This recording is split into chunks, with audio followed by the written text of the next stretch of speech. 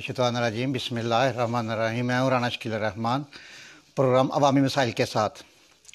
मेरा आज का टॉपिक है बेहिसी। आप अंदाज़ा करें कि 6 मरीज़ एमरजेंसी में लेटे हैं और इन्हें ऑक्सीजन की सख्त ज़रूरत है और खैबर टीचिंग हॉस्पिटल में ऑक्सीजन ख़त्म हो गई। ऑक्सीजन ना मिलने की वजह से मरीज़ तड़प तड़प कर मर रहे हैं। डॉक्टर्स देख रहे हैं। ये सोचकर ही रोंगटे खड़े हो जाते हैं कि इंसानी जिस्म पर कपकपी तारी हो जाती है और खौफ आने लगता है। आपने कई दफ़ा फ़िल्मों में देखा होगा कि कातिल हॉस्पिटल में आ रहा है और मरीज़ का ऑक्सीजन मास्क उतार दिया जाता है और इस तरह वो कातिल जो है मदई को मार देता है और मरीज़ तड़प तड़प कर मर जाता है। लेकिन हकीकत में ऐसा होगा, इसका तसव्वुर भी नहीं किया जा सकता। पेशावर के खैबर टीचिंग हॉस्पिटल में पेश आने वाले इस साने ने दर्द दिल रखने वाले हर इंसान को दुखी कर दिया। और इसके बाद वाले हालात ज़्यादा परेशान कुन थे। हुकूमत का जो रवैया सामने आया वो बेहिस्सी की एक बहुत बड़ी मिसाल है। कभी तारीख़ में भी इस तरह की मिसाल आपको नहीं मिली होगी।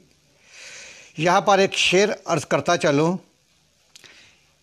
ये शेर एक दफ़ा असेंबली में भी पढ़ा गया था कि एक कुत्ते ने कहा दूसरे कुत्ते से, एक कुत्ते ने कहा दूसरे कुत्ते से, भाग वरना कल आदमी की मौत मारा जाएगा। क्या कोई हुकूमत इस कदर बेहिस हो सकती है? क्या इंसानी जानों के कत्ल के बाद हुक्मरान ऐसे भी कर सकते हैं? क्या हमारी हुकूमत के दिल में इंसानी जानों की ये कीमत है? हुकूमत ने वाक़या के बाद हॉस्पिटल के 7 एहलकारों को मुअत्तल कर दिया। मैं ये प्रोग्राम तकरीबन 3 दिन के ताख़ीर से कर रहा हूँ और मुझे 100% उम्मीद थी कि हुकूमत की तरफ से सख्त एक्शन होगा। लेकिन KPK और मरकज़ी हुकूमत के रवैये ने 22 करोड़ अवाम को मायूस किया। KPK के वज़ीर सेहत को रज़ाकाराना तौर पर इस्तीफ़ा दे देना चाहिए था, लेकिन वो तो वजारत के साथ चिपके हुए बैठे हैं। बल्कि उन्होंने खैबर टीचिंग हॉस्पिटल की इंतज़ामिया को इस बात पर शाबाश देनी शुरू कर दी कि इन्होंने सानिया की इंक्वायरी रिपोर्ट 24 घंटे में दे दी। जो इंक्वायरी रिपोर्ट दी गई वो हुकूमत के ख़िलाफ़ एक और चार्जशीट है।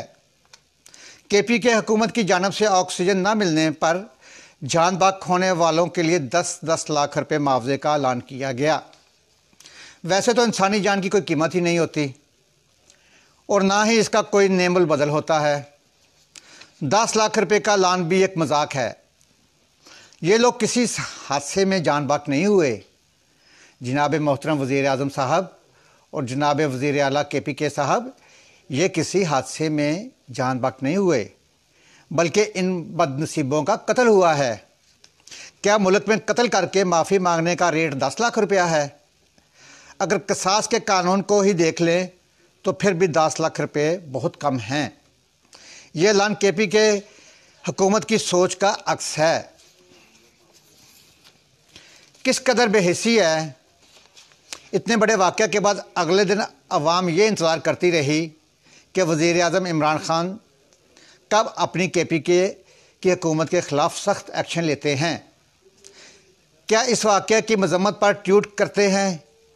कब वो हुकूमती तर्जमान जो सिंध के हॉस्पिटलों की तस्वीरें ट्वीट करते थकते नहीं हैं, वो इस साने पर खामोश क्यों हैं? इनके ट्विटर्स हैंडल इस वाक़े पर खामोश क्यों हैं? वज़ीर आज़म इमरान ख़ान जो कौम को समझाते थे कि कोरिया के वज़ीर आज़म ने एक कश्ती डूबने पर वज़ारत उज़्मा से इस्तीफ़ा दे दिया था, वो इस वाक़या पर अपनी ही हुकूमत के किसी भी ओहदेदार से इस्तीफ़ा लेने के लिए तैयार नहीं हैं। इनकी इस खामोशी को क्या नाम दिया जाए? चलें आप ज़रा मंजरनामा बदल लें और ये फ़र्ज़ करें KPK में अपोजिशन की किसी जमात की हुकूमत है और ऐसा सानिया रोनमा हो गया है। अब क्या होगा? तहरीक इंसाफ के ओहदेदारान अब तक कितने ट्वीट कर चुके होते? अगर चीफ जस्टिस साकिब निसार होते तो अब तक 100 मोटो भी हो चुका होता। वज़ीर आला को हटाने का मुतालबा ज़ोर पकड़ चुका होता। कत्ल का पर्चा दर्ज करने के मुतालबे ज़ोर पकड़ रहे होते। कायद तहरीक इंसाफ इमरान खान और लवाकीन के घर पहुंच चुके होते। प्रेस कॉन्फ्रेंस पर प्रेस कॉन्फ्रेंस हो रही होती। ऑक्सीजन की खरीदो फरोख्त में करप्शन की कहानियां सामने आ चुकी होती।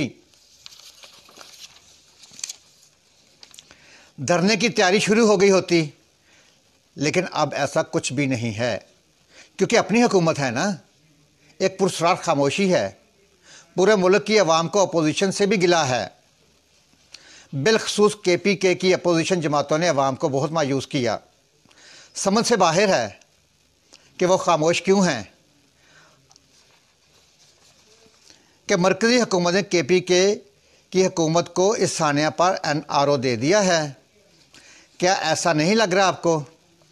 क्या NRO ना देने की गर्दान सिर्फ अपोजिशन के लिए है? KPK के गरीब आवाम को दिखाने और इनकी दिलजोई के लिए ही किसी को झूठा सच्चा एक्शन ले लिया जाता। KPK के वज़ीर आला को कोई सख्त एक्शन लेना चाहिए था, लेकिन कुछ नहीं हुआ। KPK में तो तारीख इंसाफ ये भी नहीं कह सकती कि अब तो हमें आए हुए थोड़ा अरसा ही हुआ है, वैसे इनकी दूसरी मरतबा हुकूमत बनी है। अब इनकी हुकूमत को मुसलसल 8 साल हो गए हैं। अब वो निज़ाम की खराबी की ज़िम्मेदारी अपोजिशन पर नहीं डाल सकते। अब तमाम तर खराबी के वो ख़ुद ज़िम्मेदार हैं। अगर हॉस्पिटल में ऑक्सीजन ख़रीदने का टेंडर बर वक़्त नहीं हुआ तो इसकी ज़िम्मेदारी माजी के करप्ट चोर हुक्मरानों पर नहीं डाली जा सकती, जिन्हें आप रोज़ चोर चोर और डाकू डाकू के नारे हम लोग सुनते अवाम थक चुके हैं। अब ये ज़िम्मेदारी उन पर नहीं डाली जा सकती। अब इसकी ज़िम्मेदारी का बोझ तहरीक इंसाफ को ख़ुद ही उठाना पड़ेगा। वज़ीर आज़म साहब, KPK में आपकी हुकूमत को 8 साल हो चुके हैं। क्या इन 8 सालों में KPK के हर हॉस्पिटल बैनुल-अक़वामी मेयार के मुताबिक नहीं होना चाहिए थे? क्या इनमें आलमी मेयार का इलाज नहीं मिलना चाहिए था? क्या सिर्फ हेल्थ इंश्योरेंस देना ही काफ़ी है? इस इंश्योरेंस की बुनियाद पर हॉस्पिटल से इलाज के लिए हॉस्पिटल को ठीक करना भी हुकूमत की ज़िम्मेदारी नहीं। बहरहाल हुकूमत को इस थाने के ज़िम्मेदारों को NRO नहीं देना चाहिए। सख्त एक्शन चाहते हैं अवाम। जो इस वक्त 22 करोड़ अवाम वज़ीर आज़म साहब आपकी तरफ सर देख रहे हैं, वो इस वक्त सख्त एक्शन चाहते हैं। वो जिनके इंसान मरे हैं, जिनके बंदे मरे हैं, जिनके प्यारे मरे हैं, जिनके वालिदैन मरे हैं, आप उनसे पूछ कर देखिए कि उन पर सर क्या बीत रही है इस वक्त। अब बाकी आप हुकूमत की मर्ज़ी का काम है कि आगे वो क्या करते हैं। हम तो जनाब वज़ीर आज़म साहब एक आपसे अपील ही कर सकते हैं।